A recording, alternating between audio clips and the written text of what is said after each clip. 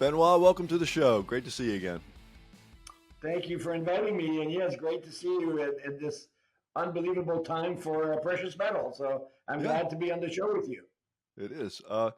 So I think for our listeners' sake, you and I have talked about some of these things at Rick Rule's conference, um, maybe last year or the year before, I can't even remember.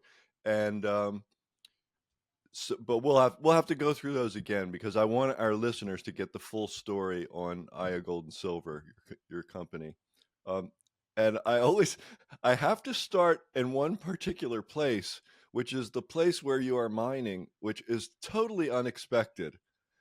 When somebody said, "Well, yeah, they're in Morocco," I just thought they're mining in Morocco. It was just totally unexpected. I didn't know Morocco was anything like a good mining district, but that's where you are, isn't it? And so the question becomes, why Morocco? Why AYA Gold and Silver, and why in Morocco? Well, in mining, you want to be the first mover. You want to be there early. We were early in Burkina Faso. We did extremely well 25 years ago.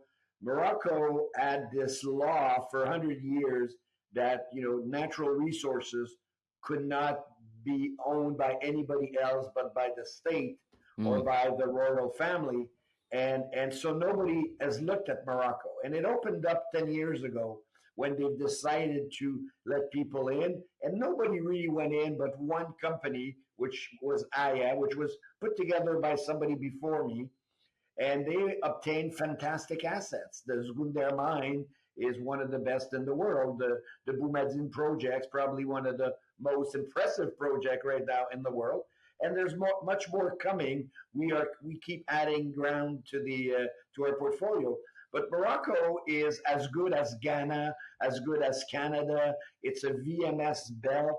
It's actually a lot longer than what we have in North America. It's 1,600 kilometer long. So what 1,000 miles hmm of a VMS belt that's never been looked at. We bring geophysics for the first time on the ground that we own, and we see very, very strong anomalies that we drill and where we find mineralization. So you're right, Morocco is not known because it was out of touch, it was out of sight for 100 years.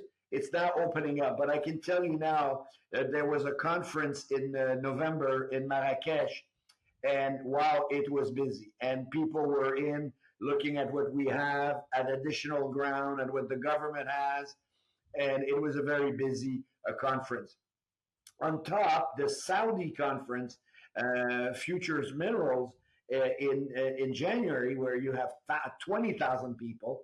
There are ties between Saudi Arabia and Morocco, and whoever works in Saudi likes to work in Morocco. So that's also really kick-starting the exploration in both countries. What's happening in Saudi is quite amazing. What's happening in Morocco now is picking up speed. But you'll see over the years, Morocco will become a top mining jurisdiction because of its mining code, because of the fact that the people are excellent, they're well educated, because of the phosphate industry, which is the largest in the world. So you're right. For many people, when I say Morocco, some think Monaco. They say, "Oh, is there mining in Monaco?" I said, "No, not Monaco, Morocco, just on the coast, Yeah. on the Atlantic and on the Med." And the mining is south. It starts in Agadir, and it's a mountain range. It looks like the Rockies. The Atlas Mountain go up 4,000 meters, and you have snow, and you have but it's a VMS system. So it's volcanic, it's massive sulfide, and it has everything. It's got copper, big copper project. It's the most impressive silver mines are there with Zgounder and Imiter. It's got pure cobalt and it has beautiful gold. So it's a very well mineralized system, hmm but it was not looked at ever. So AYA is with Managem, which is state owned, so that's a different discussion. But hmm AYA is the first mover in that country. It's the only company right now with a substantial portfolio already in production, cash flow positive, making money in Morocco. It makes me wonder if there's any other country in the world that um, where this could potentially happen, where the government is currently not so friendly towards mining, but it contains a lot of minerals, and if it ever changes, it would be another situation like this. Is there any other place you can think of that might be like that? Well, one that's turning the corner is Saudi Arabia. I Oh, mean, Saudi, you had one company, Mahadan, that yeah. was there forever doing all the work. And now they're opening up. So Ivanhoe Electric is there now with a big contract. And you have now at the conference, we could see it, like all the companies coming in. Barrick is now in there. And Saudi Arabia is a little bit like Morocco, where they nobody was there for years. Mm-hmm. Now the difference is in Saudi, they give you the money for you to do the exploration in their country. So they become shareholders. They give you the money, and then you spend it back in country. In Morocco, they're not there. They don't have the same oil reserves as Saudi Arabia. Right. They don't have a massive amount of capital. Um, so that's why so Morocco is just a great mining district now, and you are the first mover, as you say. Um, that's first mover is not necessarily a great advantage in technology, but it sounds like a fantastic advantage in mining. It sounds like the ultimate advantage in mining. Mining is to me is a bit like biotech research. Is if you're the first one looking for that drug Mm-hmm. and you find Ozempic, well, Mm-hmm. you found Ozempic, Yeah. and you go from 20 million to 700 million. Yeah. Mining is the same. Is you're looking for Ozempic, but if nobody else was there, look at our Boumadine asset. It's 6 kilometer long. Mm-hmm. It's from surface. Right. It's well mineralized. People have been walking that ground for 2,000 years. They've walked over the structure. They saw it. It was there. It's outcropping. And they were mining it, with shovels and picking up the lead and the zinc. And they would throw out the gold and the silver because they did not have the means to recover that. And it was outcropping. So we Right. go in now with geophysics, with satellite imagery, with the right tools, and we go, how come this is still there? And then you go to the government, and all the land around is available. So if you look at us at Boumadine, in what country do you go in where you have a 30 square kilometer mining permit, and now we have within 2 years we have 800 square kilometers? Yeah. Nowhere. 800. Wow. And Okay. you're talking about And just for our silver in listeners' particular. sake, we need hold on a second, Corey. I need to say, Yep. just for our listeners' sake, outcropping means that you're walking along and the mineralization is just sticking out of the ground. Literally, you can see it sticking out of the ground. So it's it's virgin territory is what we're describing there. But I'm sorry, Corey, go ahead. Yeah, right. And when you're talking about outcropping too, that you're talking about like the Romans back in the day, right? Like walking around finding silver in the hills, right? Mm-hmm. It's just Mm-hmm. Well, yeah. that's what happened in Morocco. Yeah, The exactly. discoveries were made by the Romans 2,000 years ago. Zgounder, our mine, was discovered by the Romans. We have documents going back 900 years on the production of Zgounder. Can you believe this? And we still find artifacts that go back, like, we don't know, over 1,000 years on site. And now sometimes we're mining underground, we're developing, and we hit a gallery that we didn't know was there, Wow. that Yeah, was open Yeah. 1,000 years ago. that's fascinating. And now the beauty of Morocco, try to do that in Europe or in North America, they would stop you for 2 years to do the investigation on this new gallery, which they would try to understand and look at artifacts. I mean, in Morocco, you say, we found a new gallery, here it is, and we go into it, we take a look, and then we move right on. I mean, it's the beauty of Morocco, is they're not bogged down with the whole ESG, and though you have to respect that, but they don't stop you for 2 years to do the investigation. If you were in Quebec and you hit a situation like that, they would stop you forever. Right. What I was going Right. to ask originally was with silver. Why are you so excited about silver today and the macro case for it? And maybe you can explain to our listeners about that. Well, look, I'm very, very excited about silver. I am. I'm truly excited. We are a producer. We are producing a lot of silver this year. We see the inflow of buyers coming to us right now. They are short silver. They need silver. Silver is a commodity that's been suppressed. It's a commodity that's been managed. It's a commodity where the paper trading is as a multiple or a multiplier of 365. So every day you trade as many ounces of silver as you produce on a yearly basis. So that's that multiplier of 365. Mm-hmm. Silver is an over manipulated commodity because people were trading it and they were making money and it, like gold was until the Federal Reserve started buying 2-3 years ago. And when Turkey started buying in Poland and then Russia and then China, then people could not manage it. And then it started to move up. We haven't seen that. You take a look at today, gold was 29.40 and silver was still 32. So we're approaching a ratio of 100, the ratio between the silver price and the gold price. And that doesn't make any sense. So it's historically the average like 60. So it will at one point move up, but right now the focus is on gold because China, the Chinese insurance companies now are allowed to buy gold. So there's a massive pressure on gold. Mm-hmm. And people don't think right now that as a financial asset, that silver, and I'll come back to silver, they think of gold. And we all know that to stabilize the financial market, gold will have to be much higher. Because if gold's much higher, then the U.S. have less debt that's unsecured because they have gold. The Chinese have a lot of gold. The Russians have a lot of gold. And the world's being divided between these three parties, which is Russia, China, and the United States. And their only way out of this extreme deficit is revaluating their gold reserves. So that's coming. I mean, the writing's on the wall. That's coming. It's coming quite faster. You saw Goldman Sachs yesterday change their target to 3,100 for this year, and that's a big move. So that's coming. And at the same time, people say silver is like a little dog on a leash, which is being carried up by gold.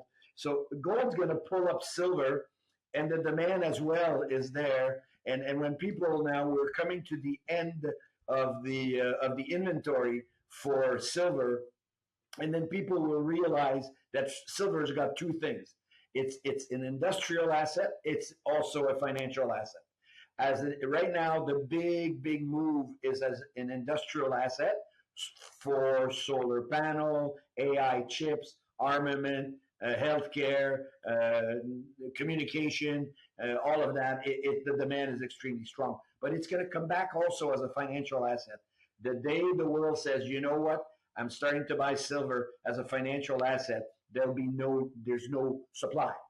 And that change is coming. I had a call this morning before we talked of a very large institution saying, hey, we want exposure to silver because we think this financial asset is coming, the demand as a financial asset, and then there will be no silver left.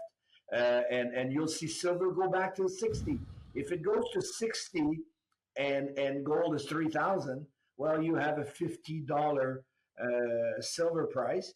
And that would make a big difference. It would make a big difference in the market.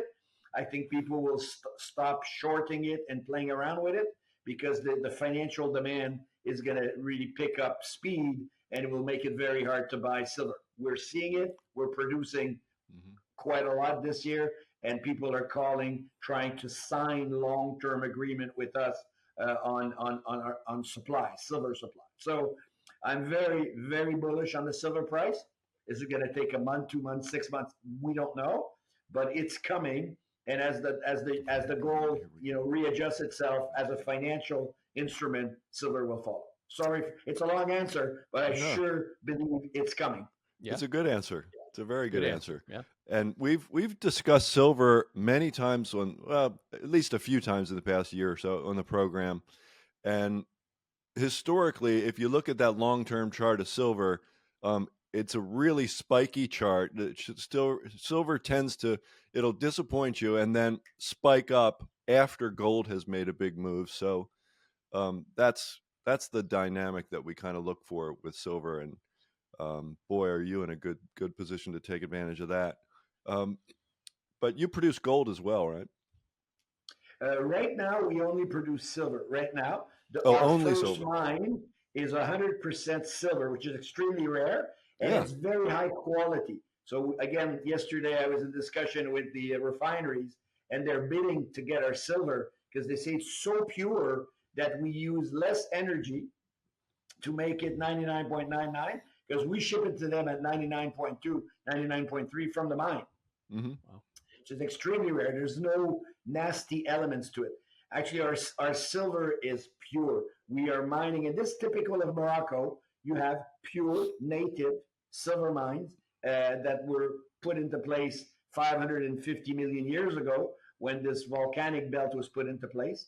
And it's extremely rare to see that. So there's two of them, one called Imiter, which has been in production for 50 years, owned by the royal family. The company is called Managem, Mm-hmm. and they've been running this for 50 years. And there's Gounder, which we have.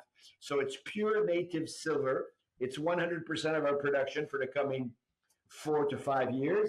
And our second project called Boumadine, there you will have gold and silver, lead and zinc. So there's going to be a little bit of lead and zinc, and then the majority of the production will be gold and silver. But that's going to come in 4 or 5 years. But for the next, mine life of Zgounder, it's pure native silver. Okay, I see. I was misreading the map. So I was looking at a map in your latest presentation, and there is another project called Tirzit, which is a copper, gold, silver project near Zgounder.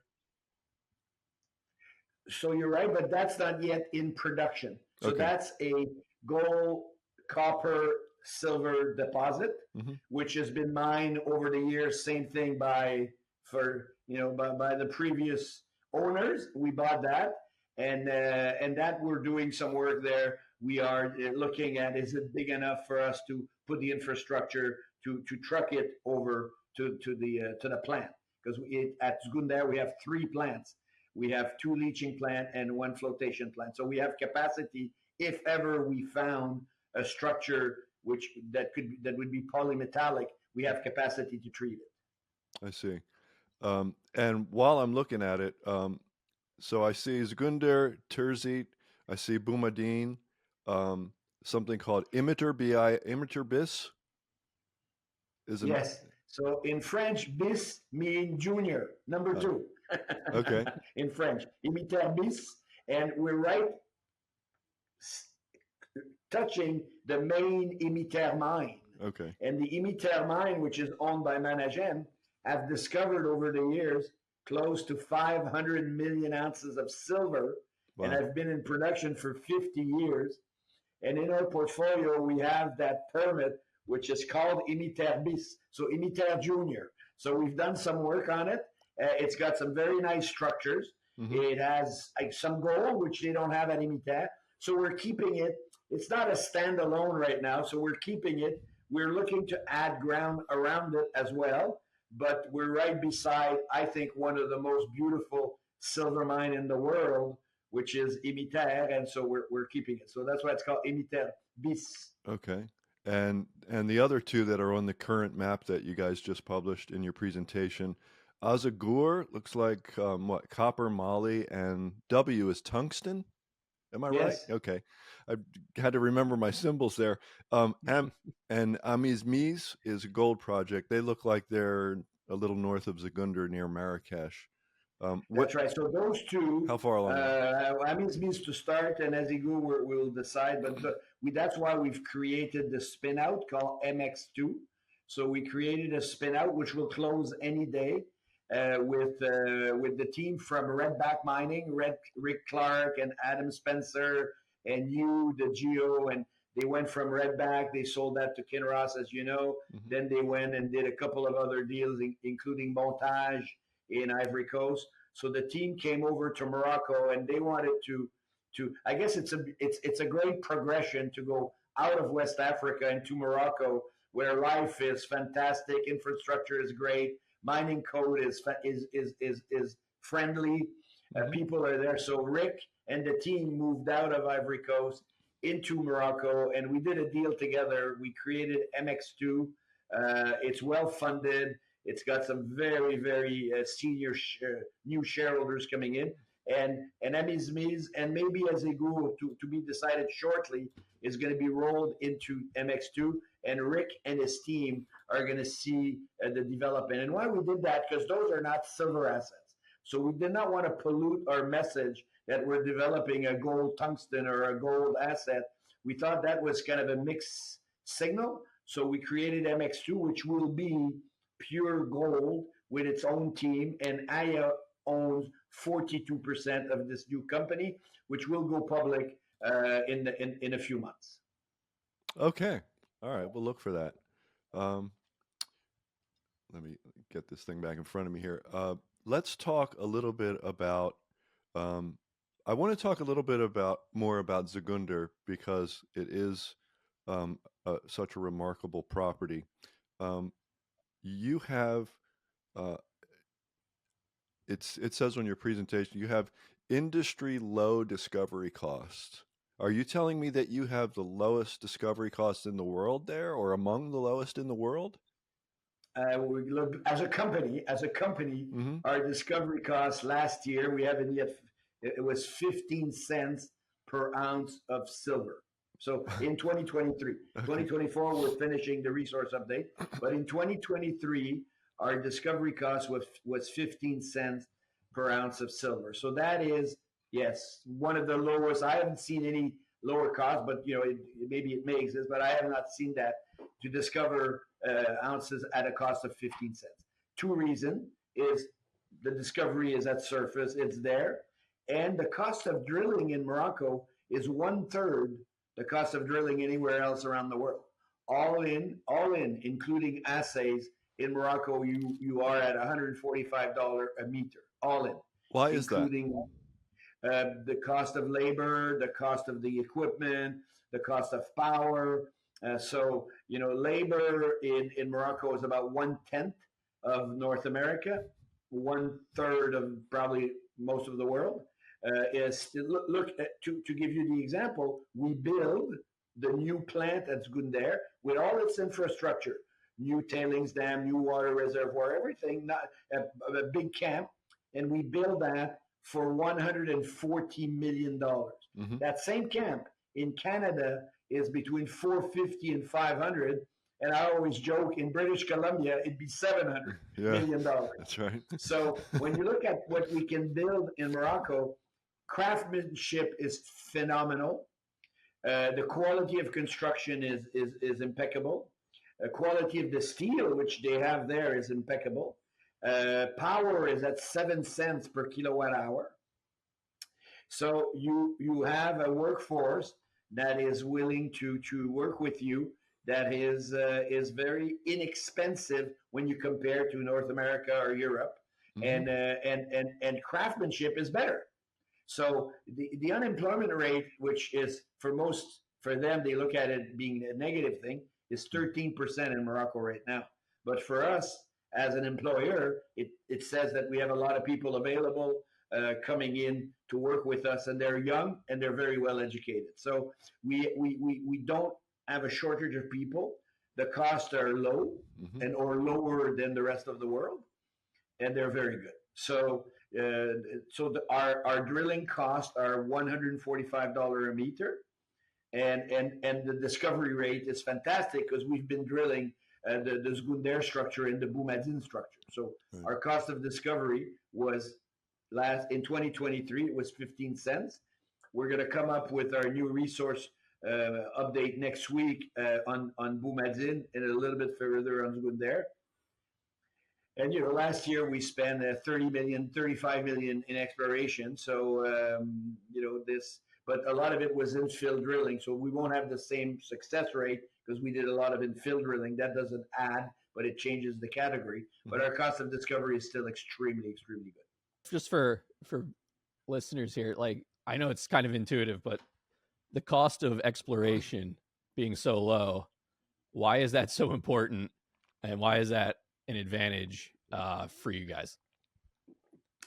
why the cost of exploration is important if you're a normal junior, because you need to finance yourself. And the more you explore, the more money you need, the more shares you issue. And this is why, if Don's looking at the presentation, we show ounces of silver per share outstanding, because these are two metrics that you need to control. Sure, you can increase the number of ounces that you have, but if you explode the number of shares, you're not, you as an investor don't feel better. Me as an investor, and we, the board, we are big shareholders in AYA. We want the number of ounces to go up and the number of shares not to go up. And that is therefore very important, that the cost of exploration is not so high. If you have Zgounder in Argentina or Chile, like Filo, which is a beautiful deposit and all that, their cost of drilling is $1,000 a meter. Yeah. So if you are spending $1,000 a meter up there, and you want to do like we do, 200,000 meters of drilling, that's a $200 million budget. Yeah. And then you need to raise money. Then you need to issue shares. So the cost of exploration is important. Now, in our case, we're cash flow positive. So it's different. We take it out of Zgounder pays for the exploration. So we haven't, we are very tight. We only have 131 million shares outstanding. And at the board with our people, we control 46% of it. So it's a very tight float. It's very well held by shareholders that are close to the board, which is fantastic. And we don't need to raise money to do exploration. So that's why it's important. You're right. It's not a key factor normally, because we go to mining shows, and people come up and say, oh, this year, we'll have a big program. It'll be 6,000 meters. Well, we do 200,000 meters. So, but why do they do 6,000 meters? Because that's what they can afford. Yeah, that's right. It's so high, and then they have to spend $3-4 million in exploration, and they go, ugh, can't do that. Our exploration team is 85 people. We currently have 20 drills started. So we have 2 labs that are work full time for us, that are independent, but they work for us. So it's like it's a logistic thing. So your cost is important. And you're just one other quick thing. You're using mostly or all local labor? 1% expat, 99.99 local. Wow. 99% local. Yeah. That's very cool. They're there. They're very good. They speak the language. We work in Arab or in Berber, a little bit in French. That's it. So they speak the language. They know the people. They work hard. And look, they understand who we are. They understand that we're a publicly traded company. We have programs for them to own shares, and we bring them into our world of a public company, but they do the work. And you know what? Take a look at all the videos. Take a look at the construction. It's one of the best that I have seen in my 30 years in mining. Nice. Oh, wow. It makes me wonder what other industries I should look at in Morocco. I mean, if the labor force is that great, and they sound like a motivated group of people, and the laws sound friendly toward mining. If they're friendly toward mining, that's the most, hated industry around the world. So, the other industry in Morocco that's really doing extremely well is the EV industry. Oh. And I was giving a speech in Morocco not long ago, and I said, for you guys to have Mr. Trump come into power, who has decided to remove the IRA funding to all the EV sector, has been the best decision for Morocco. And everybody's moved out of North America into Morocco. They were there, and now they're even bigger there. Why? Because Morocco has a free trade agreement with North America. It has a free trade agreement with Europe and with Asia. So they're all there. CATL, BTR, BYD, they're all there. They're all building batteries there. And the plants are not like to be built. They're built.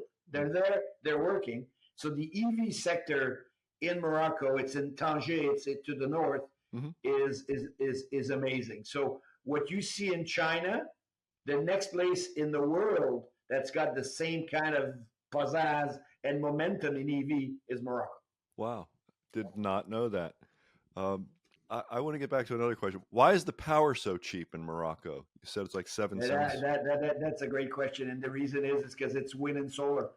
So they were way ahead of the curve 20 years ago. 20 years ago, they decided to start building their solar and wind capacity. Now, Morocco is the desert for more than half of its surface. And it's got the Atlantic. So the Atlantic brings the wind, and you go on the plateaus and you put the solar panel there. And so currently the grid is 33% green. Our mines, Gounder, is 100% green. So every unit of energy that comes into the plant or to the camp is green. It's from solar and wind. And their goal is to be 50% in 5 years, I think, for the grid to be wind and solar, and the rest is gas and a little bit oil, but really and a small amount of hydro, but not much. But it's really green. Now there's a massive gas discovery off Mauritania and Senegal, and now they are saying they're going to be building a pipeline that's going to replace the Russian gas to Europe, coming through Senegal into Morocco, across to Spain most likely, and so that's going to bring for them a major supply of gas, and that is a key priority for the country. But they're green. Total Energy is building a $14 billion project, green energy in Morocco. So we have signed a 20-year power purchase agreement with an independent power producer, and which is hooked onto the grid. So we get our power from the grid, but there's a matching system where you match your use and source of power. So we are matched with an IPP, an independent power producer, and we have a power purchase agreement with that group at 7 cents for 20 years. Wow. That is very interesting to me. Most places that ramped up their wind and solar, the price went up. It got more expensive. It didn't get less expensive. So because Dan, because they were doing small projects. If you do a small project and you put a few solar panel and all the equipment and all that, you cannot bring the price down. But what they do there are solar farms, and currently worldwide the cheapest source of power is solar. So that's why it's growing so quickly in the States and in China. You can produce solar energy now for 4 or 5 cents, and I don't have the latest, but 4 or 5 cents per kilowatt hour. So it's the cheapest source right now, except for nuclear, but that's a different ballgame. Right. That's another animal.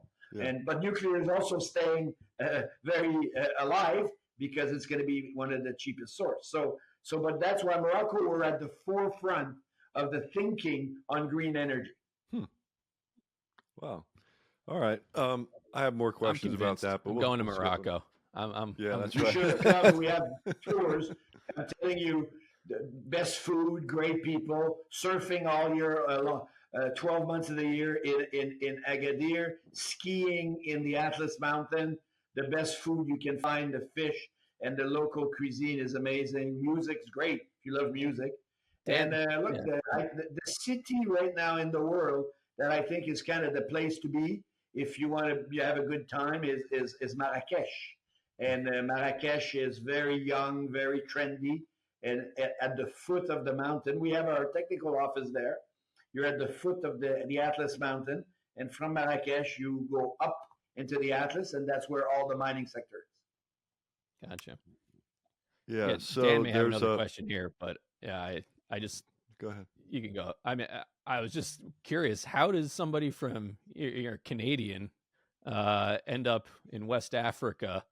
I know you've been there for a long time, but how did you end up even there to begin with? Yeah, it's a long. You know what? You're gonna have a good laugh. I'm an accountant. I'm a tax specialist. Okay. I'm not a geologist. I'm not a mining engineer. but I have, you know, the understanding of taxation, international taxation, and I was doing a lot of radio shows and television shows in Canada. And one of the largest Canadian charity asked me to join their board, and I became a board member and president of the audit committee or chairman of the audit committee. And they were spending money in Africa, so I went to Africa with them as a board member, and sit at the last meeting with the president of Burkina Faso, Mr. Blaise Compaoré, says, Monsieur La Salle, you are from Canada, you must know mining. And I'm a tax specialist. So I said, yes, Mr. President. He says, I'd like you to tell me why we don't have mines in Burkina. There are mines in Ghana, which comes right into Burkina. There are mines in Ivory Coast. There's mines in Mali. There's mines even in Niger, where you have uranium mines. Why was God so unfair that in Burkina, which is a big piece of land, we have no mines? Said, Mr. President, I'm really not from the mining space. He says, yes, but you Canadians know mining so well. I count on you to tell me why we have no mines or tell me how we can find mines. So I came back to Canada and I created SEMAFO. SEMAFO means West Africa Mining Corporation, Société d'Exploration Minière Afrique de l'Ouest. So I created SEMAFO with one geologist, raised a little bit of money between friends. They all thought I was crazy, obviously. And one day at PDAC, which is happening in 2 weeks, somebody came into the booth and he said, I think I have your solution. And it's called geophysics. And all my geos started laughing and thought this guy was a clown. And he says, I said, explain it to me. Explain that to me. He says, geophysics, we're going to fly an airplane and we're going to read and try to understand where the structures are. And if we can find where the structures are, we will see. And people are not understood that in Burkina is the end of, or the entrance of the Sahara Desert, and the ground was covered by 20, 30 meters of sand that had been compressed that killed all the geochem. And we did the geophysics, and we discovered, SEMAFO discovered the Houndé Belt, which today has like 10 mines. Wow. And so SEMAFO went from a penny stock or nothing to 3 billion market cap, and over time, and so that's how I ended up in mining in West Africa on a pro bono trip to Africa to help children and mothers. And we created SEMAFO, and then SEMAFO was sold to Endeavor, and then we stumbled on AYA, which we put the same team, SEMAFO 2.0, and the team is so competent that they discovered Zgounder and Abu Madin, and we've built this third project. So this is how we went there. Wow, it's a great story, amazing journey. Yeah, too. Yeah. But yep. I'm sure you're happy you said yes to Mr. President all the way back then, right? Look, you know what? Funny enough, we just moved offices within the office, and I was putting my stuff out yesterday, and actually came up with the picture of that day. So I just put it up. It's right in front of me. The picture of that day where we're all together, and he goes over to me and he says, I'm counting on you to give me the answer. So I still have that, which was 1994. Wow. That is funny. That's great. An unlikely story. It's unlikely that a Canadian was not, a miner over in Africa, and then, to come back and start one and have it be a big success. And now you're on to your second big success, which AYA has already had a fantastic run. I think when I first talked to you at Rick Rule's conference in Florida, I think I had noticed that the stock was like 80 cents at one point, and it was like $14 at that point. So it had already had a monster run. But I remember asking you, the typical question that any investor would ask, which is, aren't I too late? Right? The stock has already just taken off like a rocket ship, and everybody knows the story. And I was shocked. Like, it's very hard for anybody to make a compelling case to me about anything. But I came away from there believing that you were right, that the upside was tremendous. And I wonder if you could tell me that kind of story and that reason why you think the upside in AYA is still so great, even after the stock has already had a monster run. Well, we had a monster run. You're absolutely right. And we went to $19.56. And then some people start saying, okay, this is like, wow, this is way too big, maybe a little bit too fast. But really what stopped the run is when Mr. Trump came into power that morning and he said, I really believe in Bitcoin and crypto and all that. We saw a shift out of the precious metal sector. Some of our shareholders said, look, we're selling our position to go into crypto or Bitcoin, and we'll come back later when the momentum is back. So when we moved from 80 cents to $12, $13, that was fundamental. We were finding ounces. When we took the company, we had 10 million ounces of silver, and before the new resource update, we have 450 million ounces of silver. Mm-hmm. So we took it from 10 to 450. So that was fundamental. And then there was momentum. If you recall, last September, October, November, it was a momentum trade. The stocks were going up. It was a momentum trade. People wanted to be in silver. Yeah. Mr. Trump comes in, he just sets the record straight. And then you saw what happened to Bitcoin. It went from 60,000 to 100,000. Right. And there was a big move. We adjusted back down to 11, 12.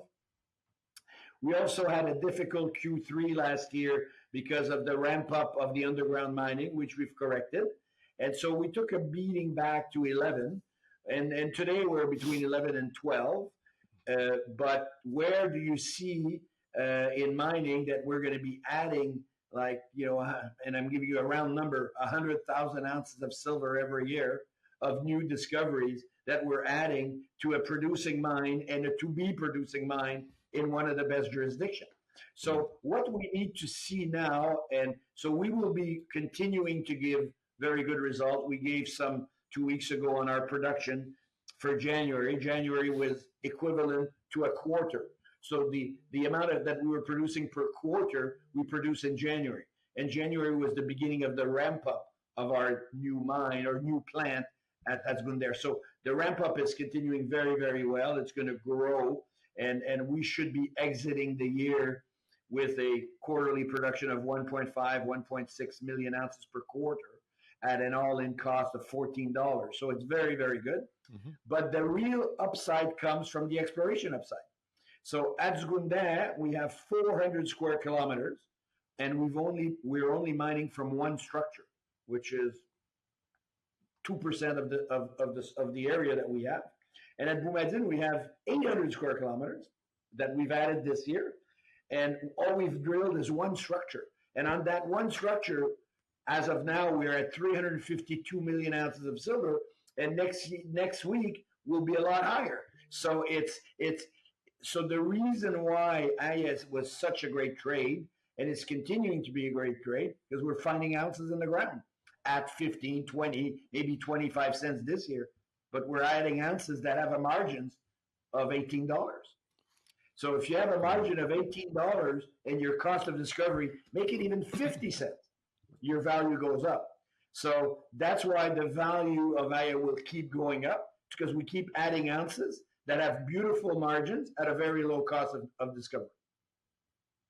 Right. And you are the only Toronto-listed pure play silver producer. And what you just explained to me about the momentum kind of, deflating out of the trade there, it explains why you have your price to net asset value on your presentation. I encourage everybody to look at the presentation. It's very good. It's very thorough. And you're just about the cheapest one almost.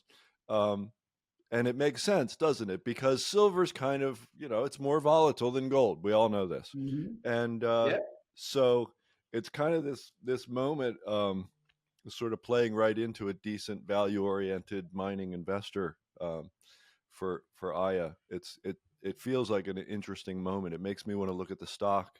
I've stayed away from mining in my newsletter called Extreme Value, except for very, very, very few. We have Altius Minerals, and we recommended Royal Gold at one point, and Sprott Inc. is related to mining, but not a mining company. And that's it, because I'm terrified of mining. but this is interesting to me.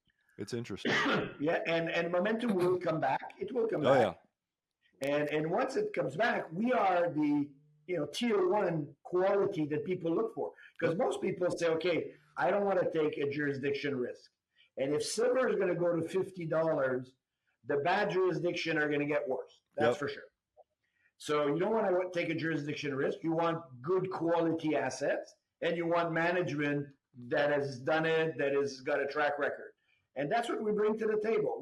The management, as you said, this is our second big success. Yep. And some of us, it's their third, because some were, before in other companies. Mm-hmm. And it's I think currently in mining, it is the best jurisdiction, the number one jurisdiction.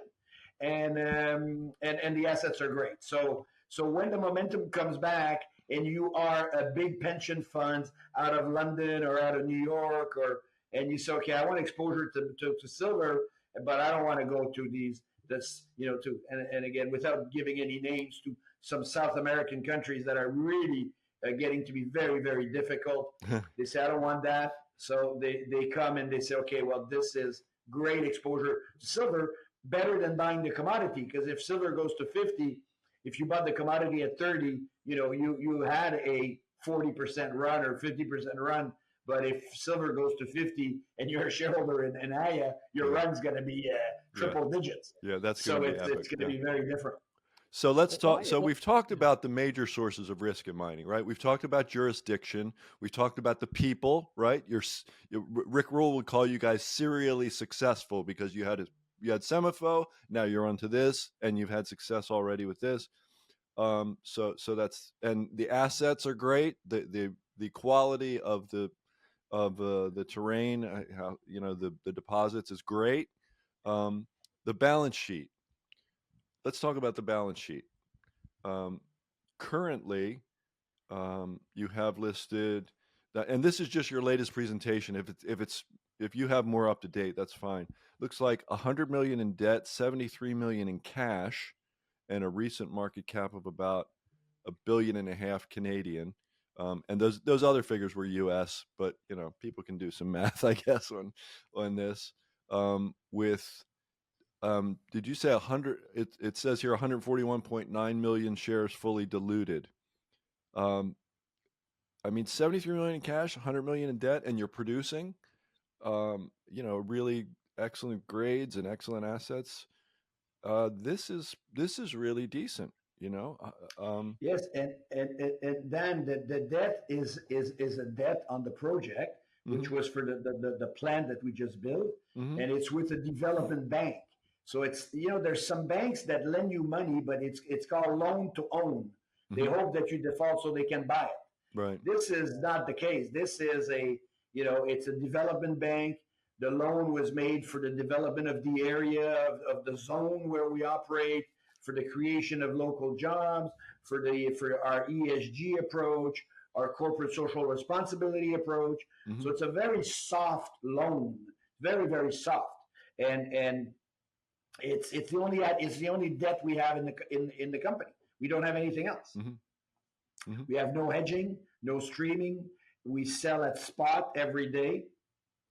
We've been selling now for the past month at 32 and a half silver, not because we have no hedging, and we have no debt. We have a lot of debt capacity, but we don't have it. We're not using it. It's really our, we run a very tight ship. Our G&A last year was, I don't know, $5 million US for the year, total G&A. We run a very, very tight ship, and our cash flow last year from Zgounder was probably 20 million. We reinvested 35 in exploration. We paid the G&A, so it's we're running a very tight ship. We have no capital repayment to the debt in 2025. We start repaying in 2026, which we can, it's very flexible. So there's no pressure on the balance sheet. There's no pressure to do anything. We're very, very well structured, and that's who we are. So, and it's always been managed like that. And you're right, there's 131 million shares, and there's 11 million shares, which are the option to the management team. When we came in and we took over, this company was broken, and I told the board at the time, like, we're going to work for nothing in year one. We're going to try to put it back, the pieces together, put the puzzle back together, but we'd like to have options. And they gave us an option package, which I divided between every senior employee. So if you look at that list, there's no warrant, there's no financial instrument outstanding, only option to management. And those options get vested over 3 years.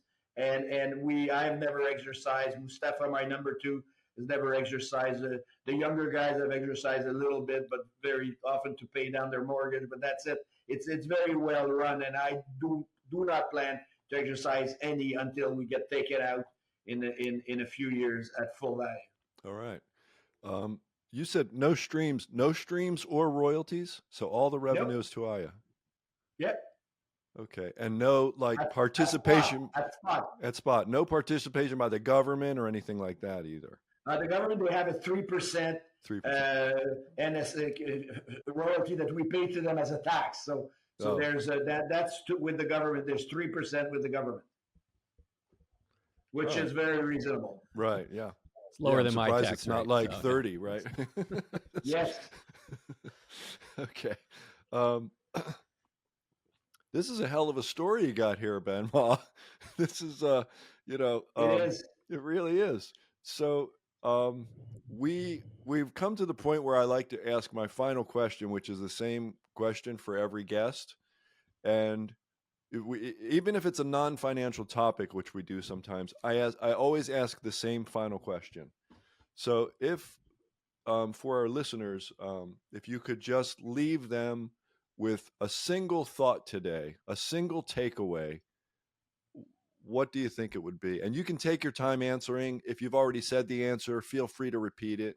What's the one thing you'd like our listeners to take away from this today? Well, it's not specific to mining. It's more, I find that people don't have a macro view of the world, and they tend not to understand what's happening. But to me, what really drives my motivation and why I like the industry we're in and why I like the sector we're in is I think we're reshuffling the planet right now. It's happening. We have talks in Ukraine, and the president of Ukraine is not there because it's not relevant. He doesn't have to be there. The world's being divided by powers. He's not a superpower, so he doesn't need to be there. And at the end, the only thing that will have value will be gold and silver, because everything else has been printed. The weaker countries like England and Canada, we sold our gold. France kept its gold, and they have some. But who's buying gold? Turkey, a powerhouse. Poland doing very well. India, obviously, strong demographics. China, Russia, they're buying gold. And why are they buying gold? Because at the end, that's going to be the only store of value. They will take the gold, give it a value, divide the debt into the gold, and say, our balance sheet is fixed. And it is now the time to fix the balance sheet. Elon Musk is fixing the balance sheet. That's what he's doing. He's trying to cut down the expenses, reduce the debt, stop printing the money. But gold and silver are going to be part of that. And that's why I think it's coming. People have to understand this. When you speak to Rick Rule, who is a great friend and a guy I trust, and you speak to Eric Sprott, and you speak to all these guys, their targets on silver is off the chart. And the reason is, it's not because they're dreamers. It's because we are at a point where we need to fix things, and it's got to get done now. And it will happen. So, and in my 30 years, every time Goldman Sachs said something, it's because they had prepared the ground for it. When they tell you gold's going to 3,100, because they know it's going there. I mean, I've never seen them go wrong on a prediction. They normally prepare the ground. And at 3,100, the momentum's going to kick in for gold, for silver. Momentum's coming back into the space. And people need to be part of that if they want to have good return in their portfolios. And I think that's why I find this so fascinating what we're doing right now, because we're part of this global reshuffling of the world, and it's very interesting. Look, they've reshuffled Africa. Africa is like a chessboard. You take every country, it belongs to either Russia, China, or United States. That's it. Nobody's independent anymore. And they're all like, tick, tick, tick. It's divided. It's done. And that's why Mr. Trump says, hey, I'm going to take Canada, Panama, and Greenland. Okay, that these are fair asks. And Russia says, okay, well, I'll take Ukraine and I'll give you 2-3 more names. And China will do the same. And and I'm very serious. At the end, gold and silver will drive the show, because that's what will be the real value. And we're seeing it in Africa, and we're seeing it. It's happening.